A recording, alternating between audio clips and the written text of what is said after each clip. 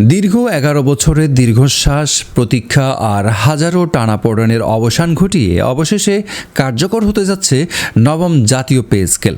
সরকারি কর্মচারীদের ঘরে যখন সর্বোচ্চ ১৩৫% পর্যন্ত বেতন বাড়ার স্বস্তির সুসংবাদ, ঠিক তখনই এই দেশের কোটি সাধারণ মানুষের মনে উকি দিচ্ছে এক বুক চাপা কষ্ট আর এক দীর্ঘমেয়াদী প্রশ্ন।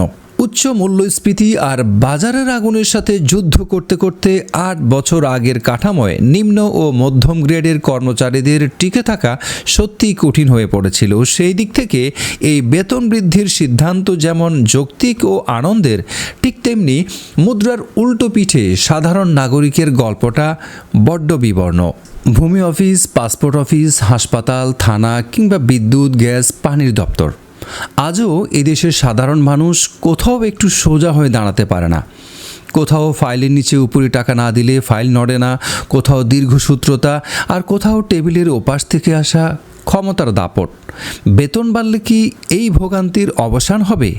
এই প্রশ্ন আজ সবার। অনেকে বলেন কম বেতনের কারণেই নাকি দুর্নীতির পথ তৈরি হয়, কিন্তু বাস্তবতা এবং গবেষণা বলছে বেতন বাড়লে দুর্নীতি কমে না, যদি না থাকে কঠোর প্রাতিষ্ঠানিক নজরদারি আর জবাবদিহিতা।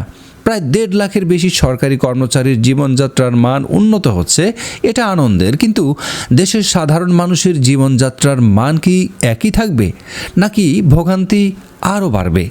বাজেট বক্তব্যে অর্থমন্ত্রীর ঘোষণা অনুযায়ী নতুন কাঠামো ১ জুলাই মানে আজ থেকে ধাপে ধাপে কার্যকর হওয়ার কথা থাকলেও সচিব কমিটির সুপারিশ এখন প্রধানমন্ত্রী তারেক রহমানের চূড়ান্ত অনুমোদনের অপেক্ষায়। এই সিদ্ধান্ত তখনই দেশের মানুষের কাছে আসল উৎসব হয়ে উঠবে যখন বেতন বৃদ্ধির পাশাপাশি সাধারণ মানুষের মুখে একটু সম্মানের হাসি ফুটবে।